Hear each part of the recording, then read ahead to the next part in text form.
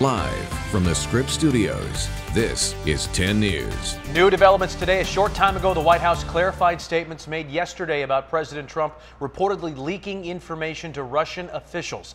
I'm Jason Martinez. I'm Virginia Cha. National Security Advisor H.R. McMaster just talked to reporters this morning. He tried to shut down the Washington Post article alleging that President Trump shared classified intelligence with Russia's foreign minister.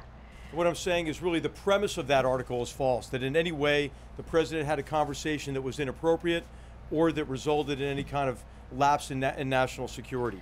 Now, the Associated Press says later today the CIA director will be meeting with the House Intelligence Committee to talk about what the president may or may not have done.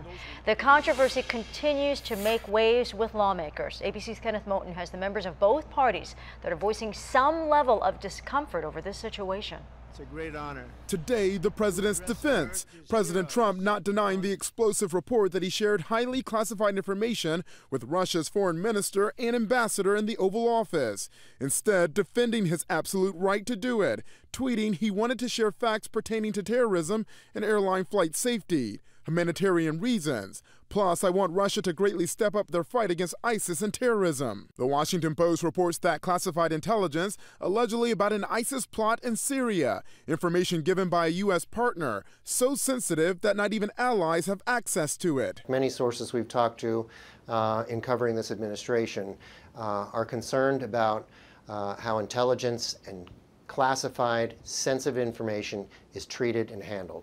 Capitol Hill lawmakers on both sides demanding to know what was said. If this report is indeed true, it would mean that the president may have badly damaged our national security.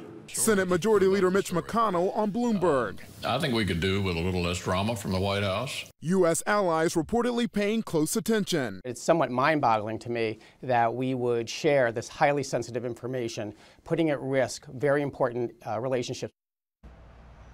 Now, when that White House briefing happens, we will send an alert through our free 10 News app. If you need to download it, just go to 10 News at your app store. We're learning more about the man accused of murdering his friend and posting about it on Snapchat. 19-year-old Salvador Sanchez is in a Vista courtroom answering to charges right now, and 10 News reporter Jim Patton joins us live with the very latest. Jim. Jason, this preliminary hearing about determining if there is enough evidence to go to trial with this case, and we learned more about the Snapchat postings, also other key elements in this case. Take a look.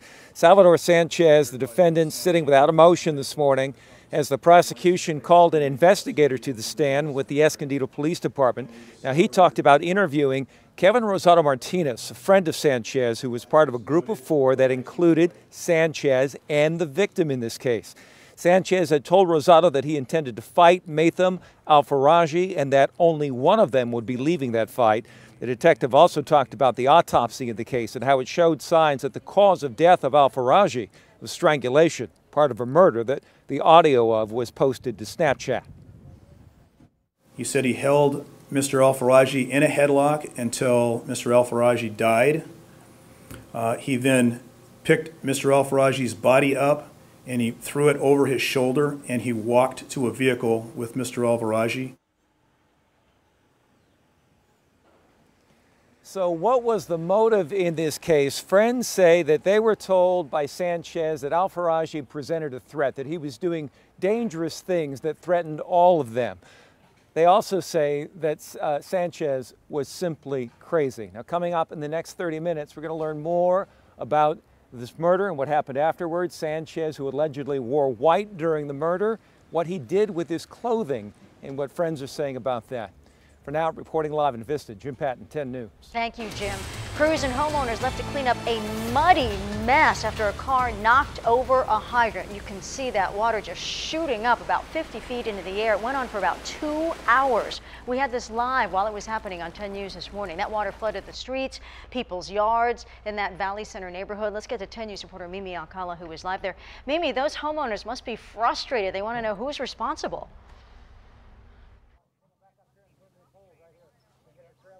They are so frustrated. This is at the intersection of Paseo de Santos and Rolling Rock Road. And check this out. The Valley Center Municipal Water District crews actually grabbed their own gear and started coming out here to lend a helping hand, shoveling all of the mud out of the homeowners' driveways. Now, investigators believe this happened when a driver hit a hydrant and took off at the end of the street, causing a river to flow down this road and a whole lot of damage to these yards. We just barely got it cleaned and fixed. And it looks like we're going to have to do that again. Martha Shear's jacuzzi is still sparkling. The muddy mess didn't reach it. Unfortunately, it's a different story for her pool. And she just paid $1,500 for a new pump so her grandkids can get in once the weather is warmer. Our 10 News breaking news tracker was here as this was happening. A geyser shooting into the air, destroying Shear's backyard. A bed frame she just moved outside while rearranging her room, now pushed to the bottom of the yard. And down there, I don't know how bad it is. I haven't been able to go down there. Her driveway a sloppy mess. Looks like it didn't go through the car, thank God. Sadly, she says she'll probably have to pay for the mess caused by someone else, but she's fortunate that water didn't get inside of her home. So it didn't went through the garage at all. I bet you're really happy about that part. Thank God, yes.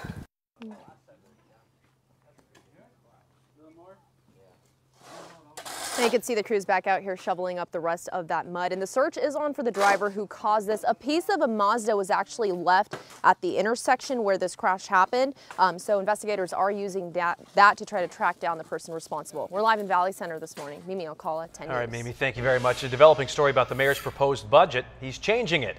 The original budget called for cuts to arts programs and police recruitment and retention, and that sparked protests around the city. But today, the mayor announced an updated proposal that adds investments in public safety, infrastructure, and yes, the arts. Some of the new additions to the May revise include $2.4 million for arts and culture, bringing the total amount to arts to nearly $13 million.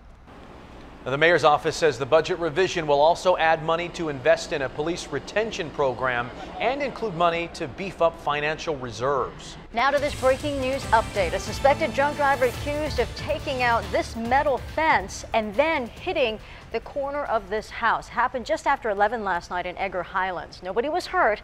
Police say after the driver rammed the house, she backed up and took off. The neighbors watched her in disbelief. Police say they caught her a few blocks away. She was in my driveway and we both opened the door and came running out saying stop, stop, and she proceeded to pull off and go northbound on Thermal. Our 10 News breaking news tracker was there when officers gave the driver a field sobriety test. She is facing DUI and hit and run charges. That is cops flying right past our 10 News breaking news tracker during a high-speed chase overnight. That chase started. Deputies tried to arrest a man in Lemon Grove. They tased him, but he managed to get back into the car and speed off. During the chase, one deputy plowed his car into someone in City Heights, by another car, I should say, sending it spinning into a parked SUV, which was right in front of a restaurant. And the owner of that restaurant says he's thankful that SUV was parked there. Otherwise, it probably hit, the car probably went through the window. And a couple of customers almost ran away because they thought the car coming their way. The chase finally ended a few blocks away when the suspect turned onto a dead-end street. He's expected to face several charges, but thankfully nobody was taken to the hospital. We have some new information about that global cyber attack that infected 300,000 computers in 150 countries. We now know more about why cyber investigators think hackers linked to North Korea could be behind this attack. Investigators say they found code in the so-called WannaCry ransomware that was used in previous cyber attacks, and they admit it could be hackers trying to make it look like the attack is connected to North Korea, but they are calling this discovery a solid lead. And just into the 10 News Live Center, within the last hour, President Trump appeared with the president of Turkey. This is video of the two. He stood side by side with President Erdogan. President Trump said the American and Turkish people have been friends and allies for many decades. Trump added the Turkish people have faced terrorist attacks and offered support to the Turkish nation. Turkey and the U.S. are NATO allies, although the relationship is complicated, clashing over the U.S. decision to arm Syrian Kurds in the fight against ISIS. I'm Melissa Masiha. Jason, over to you. All right, Mel, thank you. New today, Hillary Clinton has announced that she is creating a new political organization all aimed to fund resistance groups standing up to President Trump. Now, Clinton tweeted that she was launching something called Onward Together, a group that encourages people to get involved, organize, even run for office. The group will fund and invest in grassroots groups that are advancing progressive causes and opposing President Trump's policies.